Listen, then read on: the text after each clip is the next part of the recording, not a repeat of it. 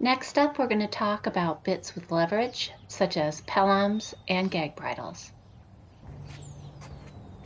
Okay, now I'm going to show you some different types of leverage bits. I'm going to start with your basic pelham. Okay, this pelham has a curved chain and a lip strap. The lip strap is there in case your chain comes unhooked while you're riding. It's to keep the chain with the bit. Okay, again, normal jointed snaffle lays on the bit. The top rein, this is your snaffle rein. It works just like a regular snaffle. Bottom rein gives you a little bit of leverage, so it rotates in the horse's mouth, and then as you use this bit and you draw back, the chain will rotate up into the horse's chin. So it applies a little chin pressure and tongue pressure, and it makes the horse flex in its neck a little this way, and that offers you a little more control. Many different variations here. This one is a very thin, hard rubber pelham. This is actually one of my favorite pelhams. Very lightweight. It's rubber, so it's quite mild against the tongue and the corners of the mouth. It's not super fat, so it's comfortable in most horses' mouths. And a good all-around bit. This one is a soft rubber mullen mouth, very flexible. Okay, very flexible. Very soft horse. This is one you might use on a horse that's got an incredibly soft mouth, but maybe just is a little bit locked in its pull. So you want that control to maybe try to get him to organize his shape a little bit more with the pelham, but not with a lot of pressure on the corners of his mouth. Because it's a mullen mouth, it's going to put a little more pressure on the bars of the horse's mouth. This pelham is similar to the loose ring snaffle I showed you earlier. It's got the port for tongue relief. This one has a nylon strap for a curb instead of a chain. This one also has converters on it. This is a bit that you'd use in the jumper ring. This is not a hunter bit at all. The rings are unconventional.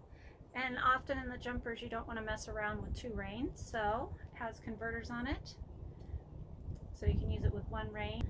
It's hard plastic, so it lays nicely on the horse's mouth. Not a lot of tongue pressure in the middle because of the port. It will give you more pressure on the bars of the horse's mouth and the corners of the horse's mouth.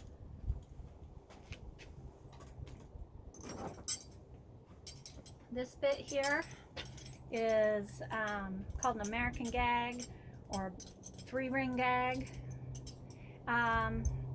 This is a regular snaffle mouthpiece on a loose ring.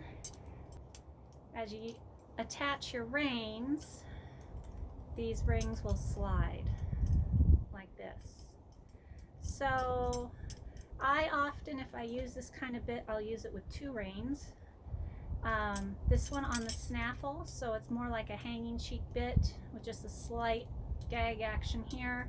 A second rein like on a pelham, where either down here or down here to give you just that little bit of a lift. As you do the lift, you get quite a bit of rotation of the bit in the horse's mouth.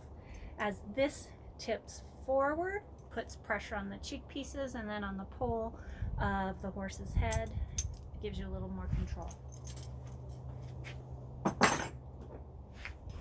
This is another example of the same kind of bit. Plastic mouthpiece, so it's a little bit softer in the mouth. Only has 2 rings here instead of 3 like the other one, but same idea. This one you might just use with 1 rein, maybe a converter, but you have that little bit of gag action here, and then this is a little more gag action on the bottom ring. Okay, this is a regular gag bit called a running gag. Okay, it's just like a regular full cheek snaffle, only it hangs on a gag cheek piece. And the way this works is when you put it on your bridle, you use this kind of cheek piece and it slides through these rings, so it slides up and down on the cheek piece.